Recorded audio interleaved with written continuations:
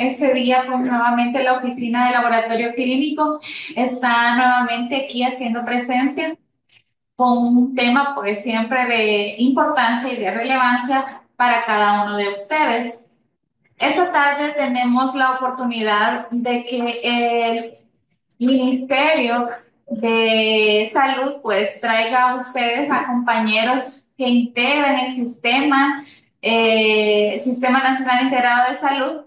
Esta vez estará atendiendo a sus consultas, primeramente impartiendo el tema y luego atendiendo a sus consultas de el Hospital Militar Central, el licenciado Edgar Martínez. Para ello, pues nosotros estamos más que satisfechos con la presencia de él y pues este día él nos presentará el tema de lectura de gota gruesa para personal procedentes de países endémicos de malaria. Para ello, los dejo con ustedes esta tarde y pues al final ustedes saben que pueden realizar sus consultas o sus dudas, pero hasta el final. Cualquier pregunta, pues el licenciado está con la apertura de responder. Muchísimas gracias. Bien, buenas tardes. Es un honor para mí el que me hayan invitado al Instituto Nacional de Salud a poder compartir en una pequeña charla todo lo relacionado con malaria. Agradecer al público que nos está viendo, un saludo a los compañeros del Hospital Militar Central también que van a estar de alguna manera pendientes de esta charla. Muy bien, a lo que veníamos. Vamos a desarrollar en lectura de gota gruesa del personal procedente de países endémicos de malaria. Eh, Vamos a empezar primero hablando un poquito del tópico generalidades, no nos vamos a enfocar mucho en la enfermedad, sí es necesario tocar unos pequeños tópicos del aspecto relacionado con este parásito. Muy bien, la malaria es una enfermedad infecciosa producida por un protozoario del género Plasmodium. Tenemos 4 especies que producen enfermedades al humano: Plasmodium vivax, Plasmodium falciparum, Plasmodium malariae y Plasmodium ovale. Eh, las especies más comunes de este parásito son quizá, y los que producen un poquito más de enfermedad por las zonas también donde están, son endémicas, son el Plasmodium vivax y Plasmodium falciparum. Eh, con una atención especial la especie de Plasmodium falciparum porque es la que produce los cuadros clínicos más graves, incluso que llevan hasta la muerte. Los síntomas de la enfermedad son comunes. Nosotros también tenemos de alguna manera cuadros clínicos producidos por otro tipo de parásitos, por otro tipo de agentes, que son, los síntomas son como la fiebre, el vómito, el dolor de cabeza, sudoración, escalofrío. Fácilmente se puede confundir, por ejemplo, con un COVID, con un dengue, porque son sintomatología muy general.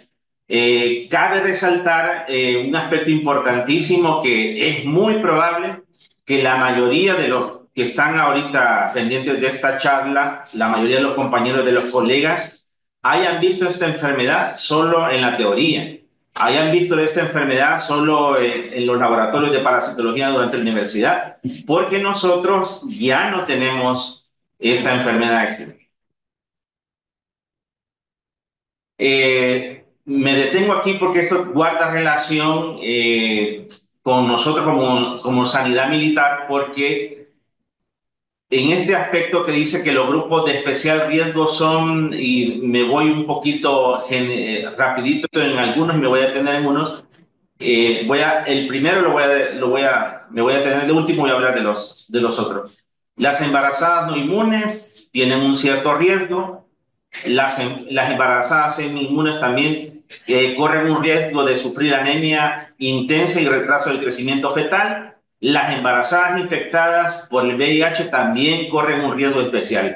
Estoy hablando en general. Y el primer punto del que hablamos, que son muy vulnerables los viajeros procedentes de regiones libres de malaria, con escasa o nula inmunidad, que se desplazan a zonas donde las enfermedades son frecuentes. Ahí es donde nosotros como país, porque parte de una población que compone la Fuerza Armada, en algunas situaciones tiene que ir a prestar servicio en colaboración con las Naciones Unidas. Y ahí nos convertimos en especial, gente vulnerable a las enfermedades que son endémicas en esos países.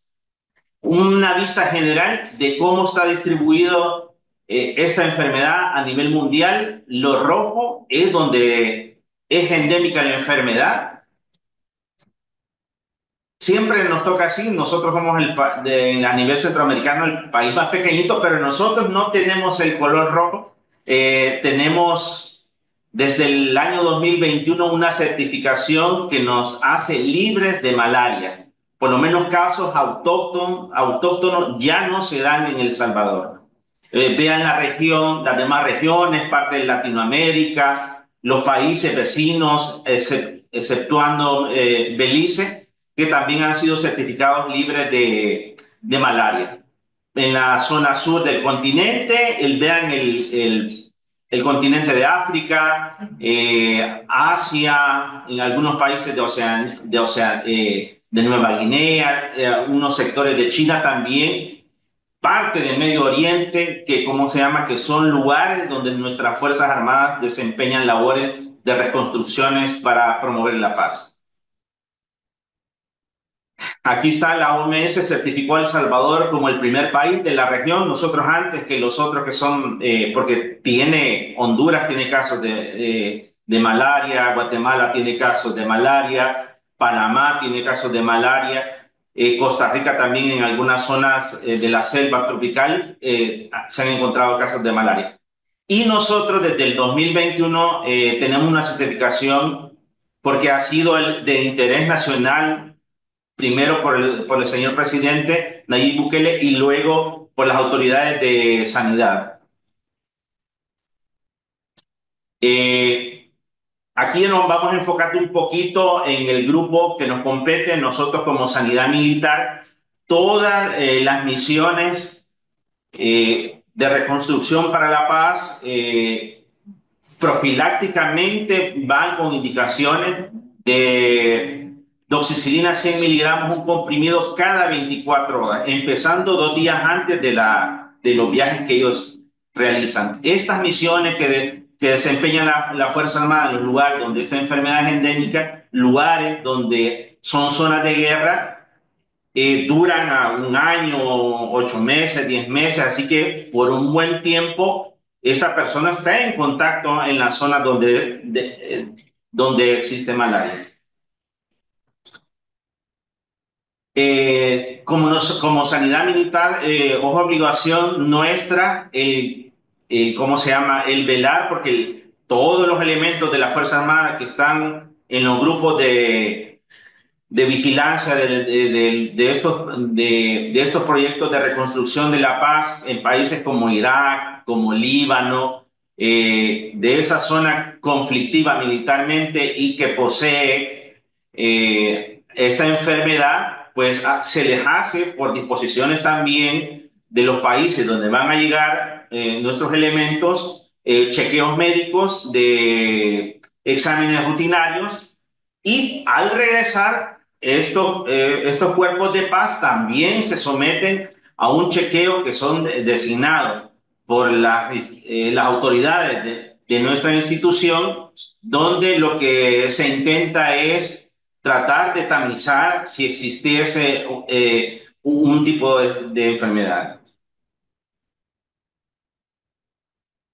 ¿Qué hacemos nosotros ya específicamente como el laboratorio clínico del Hospital Militar Central para atender a estas poblaciones que ya vienen de regreso cuando se ha completado la misión? De rigor, todos los batallones que vienen de las zonas donde es endémico la malaria, además de hacer los exámenes rutinarios como un hemograma, como un chequeo general de química sanguínea, también se hacen pruebas como HIV, la serología, las hepatitis.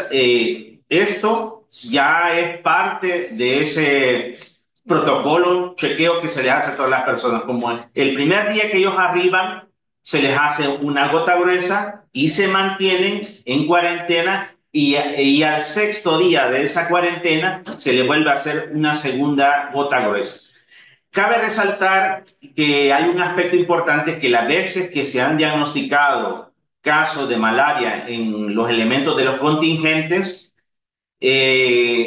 ha sido a través de las llamadas de atención que han mostrado otros exámenes antes de la realización de la gota gruesa. Por ejemplo, como les decía, aparte del protocolo de evaluación de exámenes de gabinete, también tienen una evaluación médica, física, una entrevista, una atención psicológica también, donde los clínicos expertos pueden encontrar indicios de alerta de alguna enfermedad o de alguna sintomatología que también esté relacionada con la malaria. Procesos febriles, malestar general. Nosotros los casos que hemos encontrado donde se ha visto que guarda relación con esta enfermedad, por ejemplo, nos hemos detenido en las alarmas que presenta un hemograma, porque para poder diagnosticar este tipo de enfermedades, como les decía, un proceso, la sintomatología es muy similar a lo que se presenta en una enfermedad por dengue, un COVID, un proceso gripal, un malestar general, fiebre. Esos síntomas pueden confundir. Pero, por ejemplo, en el caso de un hemograma, dependiendo de la etapa de la evolución de la enfermedad, podríamos encontrar, por ejemplo, si normalmente nosotros tenemos registro del historial de todos estos elementos que van a misiones. Entonces, comparar, por ejemplo, cómo han sido las hemoglobinas, los hematócritos, las plaquetas, los leucocitos, entonces todos esos cambios que el clínico de laboratorio va viendo, ya despierta sospechas de que podría ser alguna enfermedad. Antes de poder haber hecho nosotros los diagnósticos que hicimos relacionados a la malaria en algún momento de nuestros elementos, fue primero en el hemograma, porque ahí estaban los indicios que nos dieron la alerta de que podía ser una malaria. Alteración en las plaquetas, alteración en la hemoglobina y alteración en el hematócrito. Y ya vamos metiéndonos un poquito a esta técnica, que es quizás lo que nos interesa un poquito más. Yo voy a dar generalidades de esta técnica. No, algunas veces lo que no habituamos a hacer es lo que nos es difícil poder entender, porque como les decía al principio, es un tema, es una técnica que la vimos, a lo mejor la última vez que la vimos fue en un laboratorio de parasitología y no volvimos a verla. El Ministerio de Salud, como ente regulador de todos estos procesos, también están vigilantes de cómo nosotros nos desenvolvemos como profesionales en el laboratorio, y de esto también nos están observando, nos están revisando, reportando cómo nos llevamos también nosotros, todos los conocimientos, las actualizaciones que tenemos en las técnicas, también ha sido con el aval y ha sido proporcionado por el Ministerio, específicamente por el Departamento de Parasitología del laboratorio de referencia. La gota gruesa, el objetivo es establecer la especie, cuantificar. Hace mucho tiempo era suficiente decir se encuentra Plasmodium sp, pero no. Nosotros como profesionales del laboratorio clínico tenemos que identificar el género y la especie del parásito, en este caso del de malaria, y cuantificar, decir qué tanta cantidad de parásitos se encuentra en la muestra que estamos analizando. Debido a su concentración, en el caso de la gota gruesa, de varias capas, tiene mayor sensibilidad. Les decía anteriormente que nosotros, las alertas que nos han dado los pacientes de que padecen de malaria o que probablemente tengan el parásito han sido las alteraciones en el hemograma. Cuando hay alteraciones en el hemograma, lo verificamos en el frotis periférico y ahí se evidencian los parásitos. El frotis tradicional que nosotros hacemos para hacer el control de calidad de nuestros hemogramas, lo que todo el mundo hace cuando controlamos las alarmas que dan los equipos automatizados, pues también lo hemos realizado y ahí, en ese frotis, hemos encontrado los parásitos. Significa que la coloración de Wright también puede poner, porque es también una coloración de Romanowski, también puede poner en evidencia el parásito. No es la más indicada para detección de parásitos sanguíneos, pero les repito que nosotros, como el primer paso que damos para la evaluación de estos pacientes que vienen de zonas endémicas y que presentan alguna alteración, ahí se pueden evidenciar. Pero el estándar de oro para el diagnóstico de malaria es la gota gruesa. Tiene mayor sensibilidad, por lo mismo que dice su nombre, es una gota más gruesa que un frotis, es un extendido de varias capas, que eso va a hacer que aumente la sensibilidad. Va a ser las condiciones, si una muestra en condiciones óptimas va a aumentar, va a poder ver de 4 a 20 veces parásitos. Así aumenta la sensibilidad del 95%. Permite detectar la presencia de parásitos y la intensidad de la parasitemia. Es fundamental, y decía al principio, que no es suficiente con decir que se encuentra el parásito ahí. Hay que decir la especie que pertenece y la cantidad de parásitos que hay por milímetro de sangre. Porque para poder apreciar la gravedad de la enfermedad es necesario saber qué cantidad de parásitos hay. Para poder tomar las consideraciones necesarias para los tratamientos, es necesario saber la cantidad de parásitos que hay.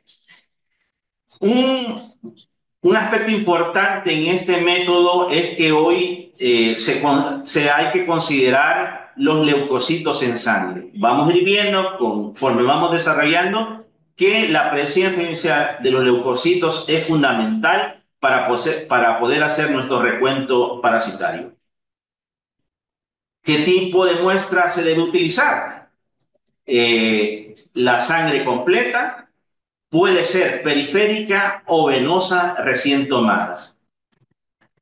La muestra ideal siempre va a ser la muestra tomada sin anticoagulante, pero en algunas circunstancias se va a poder ocupar, por ejemplo, la sangre que provenga de un tubo con néctar. Por alguna situación no pensaron en la enfermedad y no se pudo tener al paciente para tomar la gota gruesa. Si se le tomó un hemograma, de ahí se puede hacer la gota gruesa. No es la muestra ideal, pero podemos hacer mucho utilizando la muestra proveniente de una muestra de un tubo con néctar. Es importante poder hacer antes de que el paciente reciba un tratamiento este examen de gota gruesa. Esto vamos a ir rapidito. ¿Qué materiales utilizamos y el equipo? Lapicero o lápiz, formulario donde llenamos los registros de los pacientes, las láminas, las lancetas, el algodón, las torundas, el alcohol al 70, contenedor de objetos para el descarte de cortopunzantes, el descarte común y el bioinfeccioso, los guantes, la gabacha. Si vemos en la fotografía, ahí está como el equipo de protección personal que cada uno debe de tener para poder hacer cualquier tipo de examen. En la disposición, eso no es el laboratorio, son compañeros que habían recibido a un grupo y estaban en la unidad donde habían llegado. Entonces se improvisa, pero siempre considerando las condiciones mínimas de higiene y bioseguridad. La toma de muestra, eso es lo ideal, lo que demanda la norma, la punción dactilar, siempre al lado, preferimos siempre ahí, en la fotografía aparece el dedo medio, pero puede ser el dedo anular, a un lado, se pincha, se descarta una primera gota y luego se utiliza la siguiente. Vuelvo a traer en cuenta lo que decíamos, estos métodos que los vimos en la universidad probablemente cuando los volvemos a hacer de alguna manera como que son sencillos, básicos, pero si no los habituamos nos cuesta un poquito de trabajo realizarlos. Entonces hay que tener en cuenta todo para poder realizar una punción dactilar, lo que requiere, las orundas, el descarte, las láminas que vamos a utilizar, la manera que vamos a rotular e identificar esa lámina para poder realizarlo. Acá, para la lectura de la gota gruesa, las dos se va a hacer la gota gruesa como tal y el frotis, el extendido, en la misma lámina. Es disposición de MinSal. Así tiene que ser. Y esas medidas que aparecen en la lámina son las que tienen que llevar. ¿Es difícil? Sí, cuesta. Pero también existen patrones, papelitos, donde aparece el esquema, el dibujo, donde nosotros ponemos la laminita y podemos, para que nos ayude a llevar las dimensiones, poder realizar adecuadamente el extendido grueso y el frotis. O sea, tiene una medida, una de la gota gruesa hacia la parte esmerilada, una medida de la gota gruesa con el frotis y una medida entre los bordes. Si vemos, allá aparece que la gota gruesa tiene que tener más o menos 1 a 1,2 centímetros entre gota y frotis, un espacio de 1 centímetro y el extendido tiene que ser más o menos de 3 centímetros. Si no estamos acostumbrados, nos va a costar un montón. Lo primero que hacemos es dispensar la gota, 2 gotas pequeñas como aparecen en el gráfico, y lo primero que vamos a realizar es el extendido del frotis. Seguimos con la formación de la gota gruesa, que también puede ser un cuadradito. Yo no lo quise traer porque pero es válido también el poder hacer un cuadrito en vez de esa ruedita. Nosotros estamos acostumbrados a hacer la ruedita. Hacemos como una espiral para distribuir la gota desde el centro hacia afuera, en una espiral más o menos dando 2 o 3 círculos y regresando de nuevo al centro. Hay ciertos cuidados que tenemos y recomendaciones que tenemos que considerar para que esta muestra sea la ideal, y siempre y son parte de la etapa preanalítica del análisis de cualquier tipo de técnica, de cualquier procesamiento en el laboratorio. Siempre antes de tomar la muestra debemos rotular los portaobjetos para evitar confusiones. Nosotros, en algunas situaciones, por la cantidad de pacientes que atendemos en un lugar y con el aval del ministerio, por ejemplo, hemos hecho... porque, como le decían, incluso en casos, en los tiempos de COVID, era un protocolo más complicado por el EPP, y además teníamos que realizar la prueba de COVID de toda esta gente que venía de las misiones. Hoy ya se ha suspendido la prueba de COVID, pero les hacemos las pruebas de análisis sanguíneo. Así que nosotros tomamos la muestra con jeringa, dispensamos en los tubos que vamos a utilizar, y lo último que queda en la jeringa es lo que dispensamos en la lámina. Es válido también. Eso lo hacemos cuando, por ejemplo, en el caso de nosotros, que no es 1 ni 2, sino que algunas veces han sido más de 100, más de 150 elementos de la Fuerza Armada, que hay que realizarles los exámenes sanguíneos y además hacer la lámina y el extendido. Si vamos a guardar estas láminas, hay que considerar, por ejemplo, que se guarde la temperatura ambiente, lejos de la humedad, lejos de la luz directa, para evitar que se dañen. También nosotros, por control de calidad, tomamos 2 muestras por paciente. O sea, imagínense, estamos hablando de 150 elementos que vienen, van a ser 300 láminas. O sea que es bastante trabajo para poder estar realizando. Si transportamos las láminas a otro lugar, por ejemplo, para que nos hagan el control de calidad, pues hay que hacer las consideraciones necesarias para hacer el embalaje apropiado de esa muestra.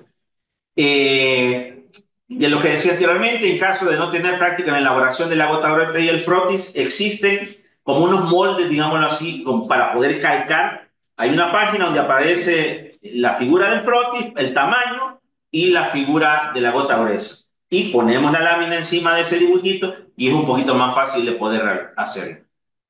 Lo primero que hacemos es el frotis siempre y luego vamos con la gota gruesa. Ahí están las medidas. No, la gota gruesa no debe exceder 1.2 centímetros aproximadamente y el frotis no más de 3 centímetros.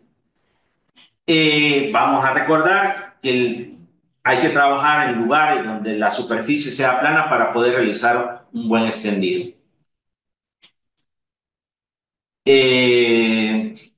Seguimos.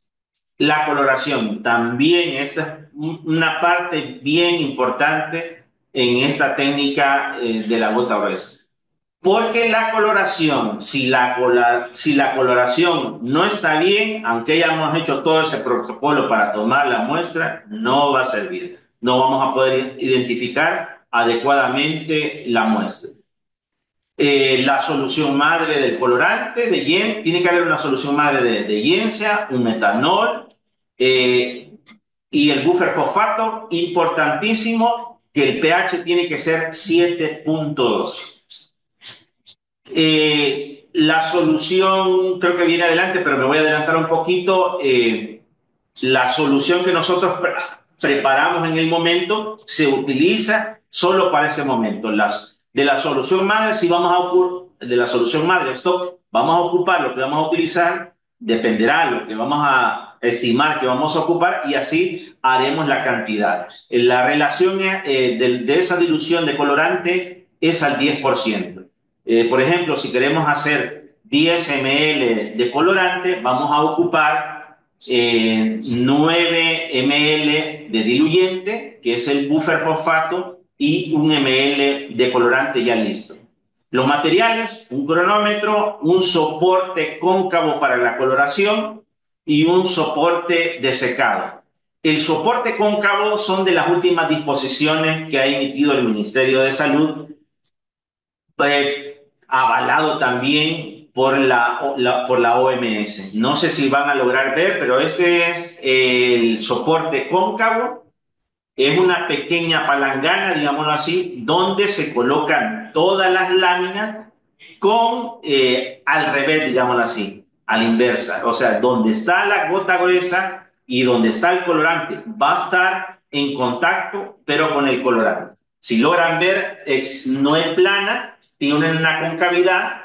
Ahí se pone la lámina al revés o boca abajo, en buen salvadoreño, para que quede en contacto con el colorante.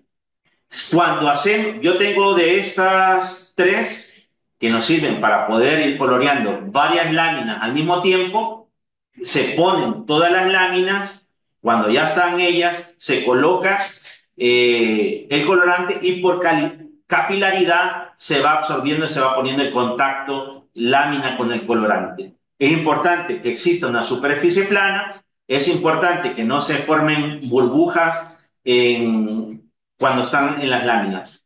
Cuando son varias, aquí más o menos creo que me caben 15 láminas por palangana. Yo tengo 3, ahí más o menos. Pero también podemos utilizar, y así me lo enseñaron en el ministerio, si es solo una gota gruesa, podríamos utilizar una caja Petri de las que tenemos para bacteriología, para que mantenga un poquito más hermética. La lámina la apoyamos en un pedacito de aplicador de madera para que guarde esa pequeña inclinación, también al revés,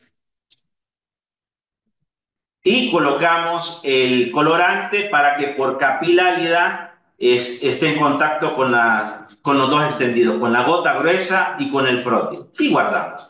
Si es una gota gruesa la que va a colorear, suficiente con un mecanismo como este. Y está al revés. Ya si requieren un poquito más de láminas para colorear, esta es la mejor manera. Cuidados y recomendaciones.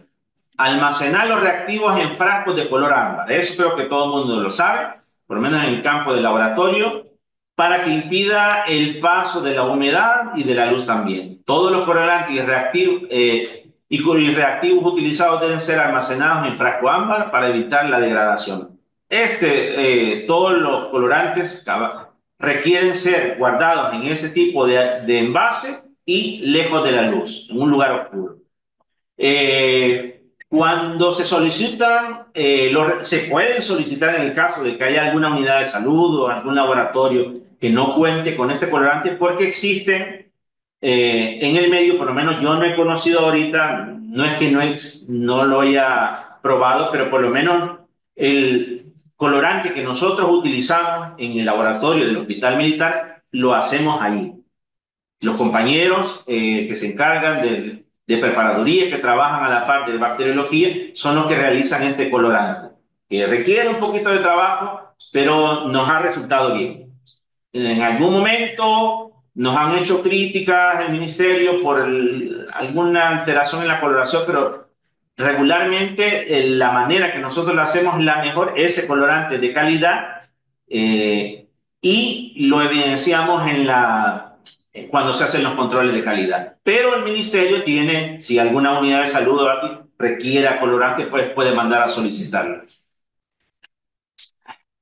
Cuando requieran eso, pues también se puede pedir el buffer, porque el buffer es una solución de fosfatos que tienen que estar a un pH estrictamente al 7.2. No mezclar importante también que cuando vayamos a utilizar esa solución madre, la filtramos cada vez que ocupamos un poquito para colorear una lámina, para colorear 10, para colorear 15, hacemos nada más el poquito que vamos a utilizar. Ese poco no mezclamos, normalmente tenemos el hábito de mezclar todo lo que utilizamos, pero en este caso, la solución madre de Yensa no se mezcla. Utilizamos un poco, lo filtramos y ahí va, pero sin mezclar. No hay que refrigerar el Yensa porque puede suceder, se refrigera el buffer, no el Yensa. Utilizar, ya dijimos, una superficie cóncava o de vidrio, no utilizar material metálico. Los lavados al final del tiempo que cubre esta coloración tienen que hacerse también con el buffer. No se hace con agua de chorro, no se hace con otro tipo de agua. Tiene que ser con el agua, con la solución buffer a 7.2. O sea que sí vamos a utilizar, si son grandes cantidades de muestra, grandes cantidades también de buffer. Y eso va a ayudar a que se mantenga la tonalidad de las coloraciones de las células y de los parásitos, por supuesto. No traigo muchas imágenes del parásito porque traigo en cuenta de nuevo el aspecto que decíamos que como no estamos familiarizados con ver este parásito, en algún momento puede ser difícil el poder identificarlo. Pero nos podemos ayudar hoy con la tecnología más fácil, tener un atlas en un teléfono, un atlas, un librito ahí que podamos tener en la mano y que nos ayude a la identificación de estos parásitos. Es importante la coloración porque medio les había mencionado anteriormente que los leucocitos van a ser considerados a la hora de hacer nuestro recuento. ¿Qué quiere decir eso? Que para poder identificar los leucocitos, ellos tienen que estar bien coloreados. Un eosinófilo con sus gránulos anaranjaditos, el neutrófilo, el linfocito, cada uno con una cierta o una pequeña variación, como cuando lo coloreamos con Wright, pero se va a mantener la integridad de la célula, los colores de las células, de sus núcleos, de los citoplasmas, van a poder reconocer una coloración de Yensa, un eosinófilo, un basófilo, un neutrófilo, un linfocito, porque se van a ver tal cual, con una ligera variación. Y las coloraciones propias del parásito, como es su cromatina y el citoplasma, en el caso, por ejemplo, de una etapa como como la etapa de trofozoito, vamos a poder identificarlo como la etapa del gametocito con sus características de cromatila roja, el citoplasma azul, las coloraciones propias los pigmentos propios del parásito también se van a poder evidenciar, como la granulación de Schürfner, de Maurer, se van a poder ver cómo son.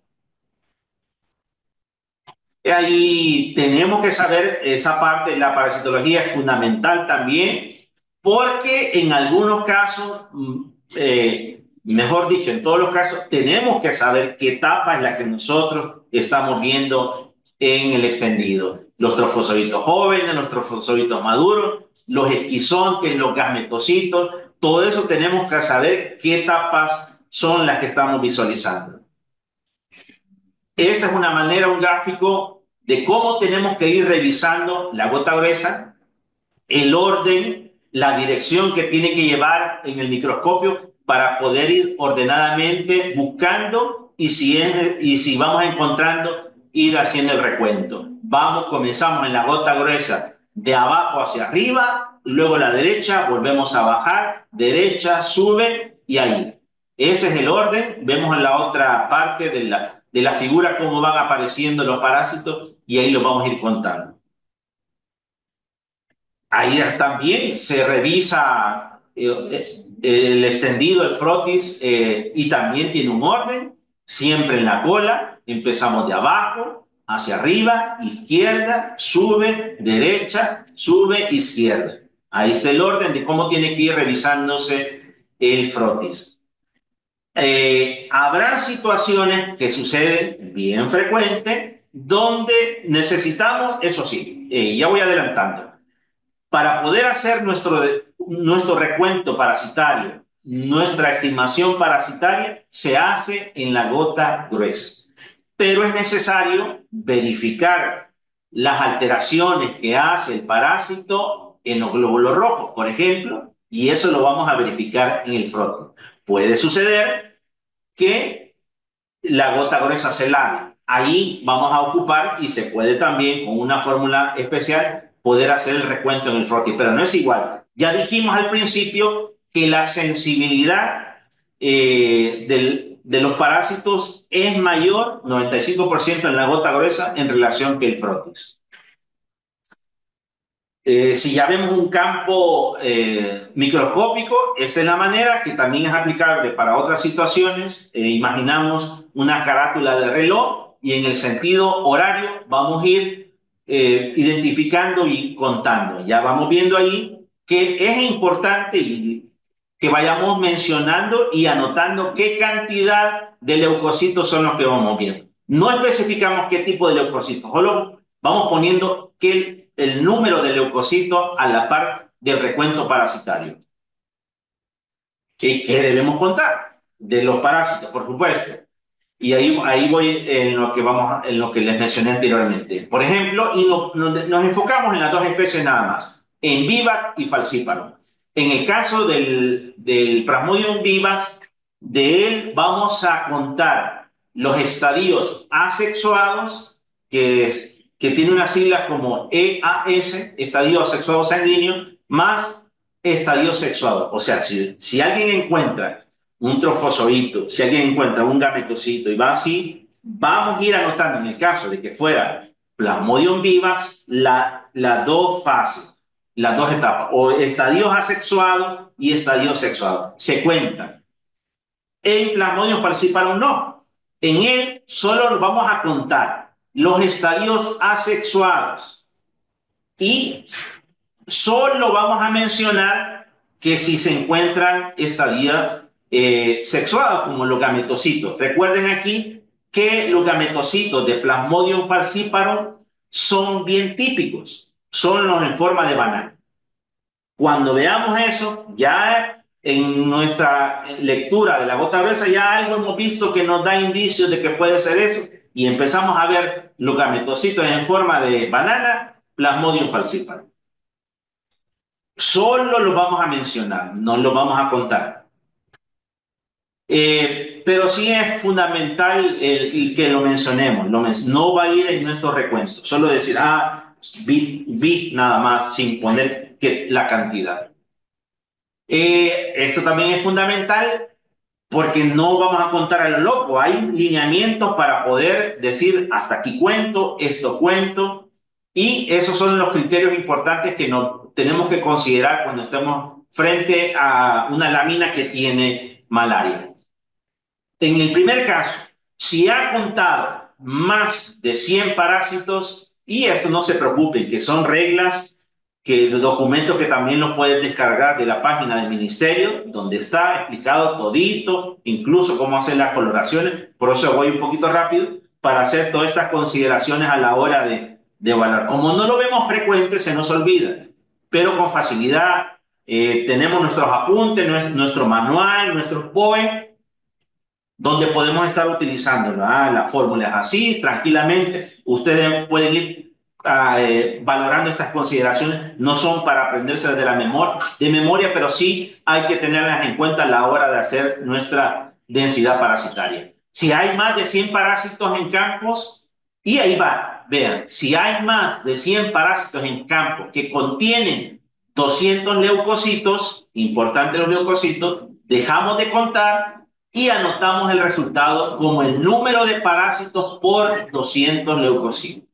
Vamos a ir contando los parásitos, si fuera un vivax, contando los asexuados y los sexuados, y además leucocitos. Si hay menos de 99 parásitos, vamos a contar hasta llegar a 500 leucocitos. Dejamos de contar, anotamos los resultados como el número de parásitos en 500 leucocitos. Y en parasitemia, cuando hay más de 500 parásitos y no se han alcanzado a contar los 200 leucocitos, detenemos el recuento y se aplica la fórmula para determinar la densidad parasitaria, tomando en cuenta los leucocitos contados en los 500. Es importante que, por ejemplo, si en el último campo llegaron al límite que les pedía, hay que contar lo que, aunque nos pasemos un poquito, se cuentan lo que hay en el último campo. Esa es la fórmula, tampoco no se la tienen que aprender, pueden guardar sus apuntes y solo sustituimos valores. Pero, por ejemplo, en la gota gruesa, vamos a verlo, y así se va a reportar parásitos por microlitro de sangre. Vamos viendo lo importante, y va a ser igual en la gota gruesa. Parásitos por microlitro de sangre igual a número de parásitos contados entre leucocitos contados por 6.000. El 6.000 que aparece ahí es un valor estándar. Es más o menos un valor aproximado de la cantidad de leucocitos que tenemos. Cantidad de parásitos contados entre leucocitos encontrados por 6.000. Y ahí decimos cuántos parásitos por microlitro de sangre hay. En el frotis es distinto. Vamos a ver, parásitos por microlitro de sangre es igual a número de parásitos por número de glóbulos rojos entre 10.000 glóbulos rojos. Es diferente. Pero siempre va a ser, o sea, es una variación, una alternativa, habrá también algún médico que pueda pedir, y este es otro caso, y ahí sí van a requerir esos dos datos. El porcentaje de glóbulos rojos parasitados, sí es requerido. Si no, lo que nos compete es los parásitos por microlitro de sangre, pero puede ser que alguien pida también el porcentaje de glóbulos rojos parasitados. Glóbulos rojos parasitados entre 10.000 por 100. Y vamos con un ejemplo, dice en el recuento de la gota gruesa, esto algunas veces sí es como es teórico, aburre un poquito, pero ya a la hora de encontrar parásitos, les cuento que sí vamos a estar despiertos. Por ejemplo, encontramos un Plasmodium vivax, los datos obtenidos en la microscopía son número de parásitos, y ahí vamos, las etapas sexuadas y las asexuadas. Ahí en ese caso encontraron 125 de asexuados, encontraron 10 asexuados, un total de 135. Y contaron 203 leucocitos. Hasta abajo, sustituyendo la fórmula, sería 135 por 6.000 entre 203. El 135 es el total de etapas asexuadas, sexuadas. El 6.000 es un valor estándar y el 203 es el valor de leucocitos. Y nos dio 3.990 parásitos por microlitro de sangre. El reporte que nosotros tenemos que dar es positivo, Plasmodium vivax, 3.990 parásitos por microlitro de sangre. Otro ejemplo, ahora es el caso de Plasmodium falciparum. Número de parásitos, se encuentran solo los estadios asexuados y decimos si vemos en el caso de que hemos visto las fases sexuadas. Número de leucocitos 50. Se dieron solo 700. Entonces vamos a sustituyendo 700 parásitos por 6.000 entre 50. Dieron 84.000 parásitos por microlitro de sangre. Pero el reporte va a ser positivo. Se observan Plasmodium falciparum, 84.000 parásitos por microlitro de sangre con presencia de estadio sexual. Nada más. No tenemos que decir cuántos hay.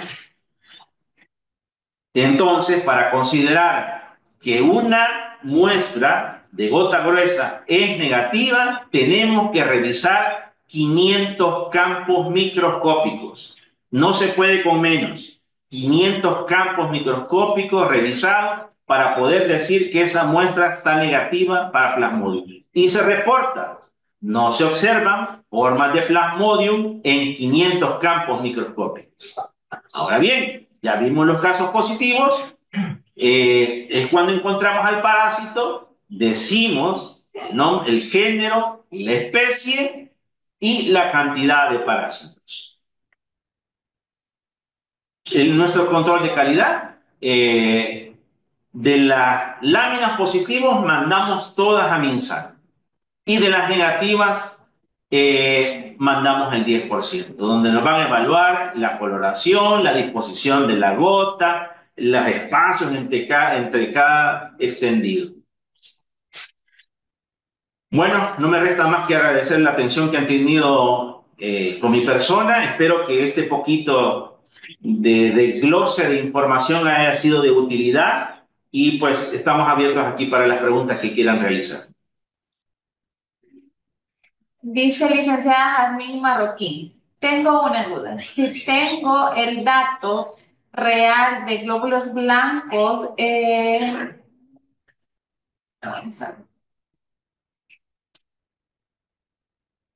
si tengo el dato real de glóbulos blancos del paciente, en el caso se le haya realizado un hemograma, se sustituye el valor de 6.000 en la fórmula del recuento, dice, para hacerle la gota gruesa.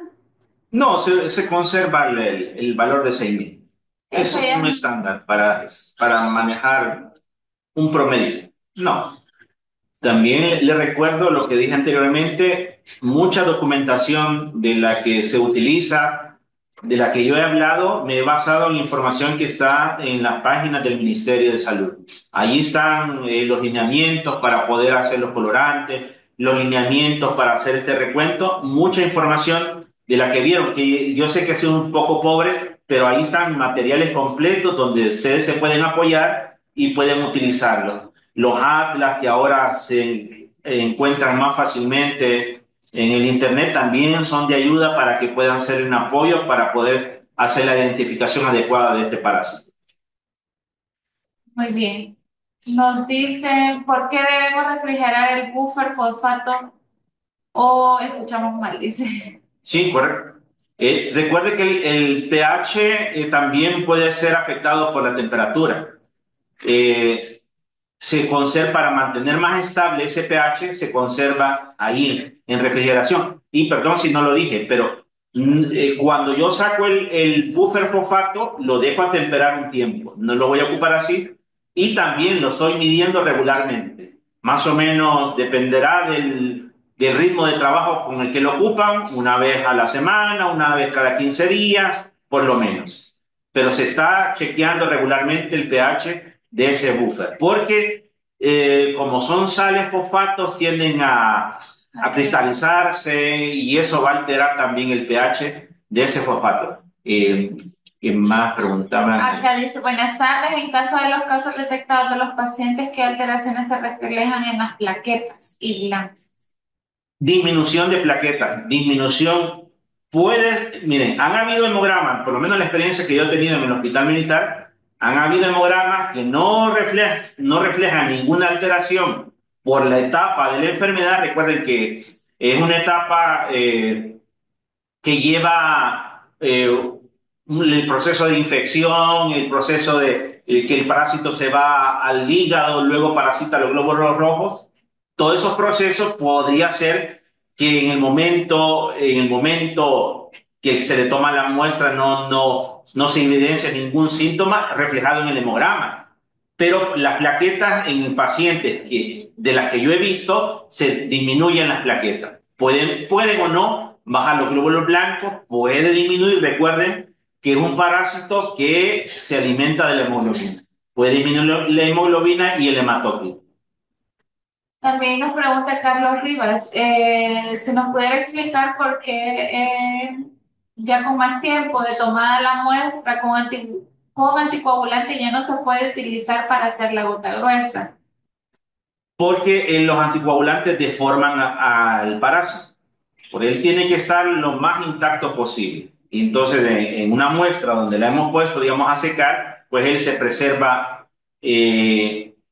lo más intacto posible. Es la intención de no utilizar, pero puede utilizar. Si no tiene otra muestra del paciente, el paciente se le fue, no sabía dónde estaba o es difícil de contactar y le tomó hemograma, puede hacer una gota gruesa a partir del tubo con néctar. Ok. Hay muchos saludos para usted, licenciado, desde el Hospital El Salvador, dice licenciada Patricia Orellana. Excelente ponencia, dice Gloria López. Nos dice Delmi Guerra, ¿cómo puede ser segura que la coloración quedó correcta? Bueno, primero hay que estar, de lo que a mí, de lo que yo puedo evidenciar. Primero, las células sanguíneas se colorean como tal, con los colores que tienen. No hay precipitados, ligeramente hay un color azuloso. El parásito, la cromatina va a ser de rojo intenso, los citoplasmas van a ser azules y si hay pigmentos maláricos como Maurer, como Schuffner, se van a ver amarillentos, cafezosos. Y todavía que puede ser también, si no tiene la experiencia para poder decir esta es mi lámina, usted en el control que mande al ministerio ahí le van a decir también, mire, esta lámina no está bien. Y también existen láminas de referencia en los medios digitales donde usted puede comparar también cómo van quedando. Ok, muchas gracias. También se les ha hecho llegar aquí a través del chat el canal de YouTube para que ustedes puedan estar pendientes al momento de que la presentación haya sido subida al canal. Excelente ponencia, ha estado todo muy claro, acá se necesita es practicar, dice la coloración y el conteo, la identificación del Correcto. parásito, recordar cómo reportar la identidad parasitaria. Eso es cierto. Si uno no lo practica, le va a costar. Entonces hay que ir un poco despacio, ¿verdad? Hay que tomarse, es un poco relativo, porque hay que tomarse el tiempo para poder hacer todo el procedimiento, pero el paciente no tiene todo el tiempo del mundo, necesita que le demos el diagnóstico certero y lo más rápido posible. Así que pensemos en él, que lo que necesita es un buen diagnóstico. Muchas gracias, licenciado. Nuevamente, darle las gracias por su excelente ponencia. Vemos también que los compañeros han sido de mucha utilidad y muy entendible también para ellos. Gracias a todos ustedes también, compañeros.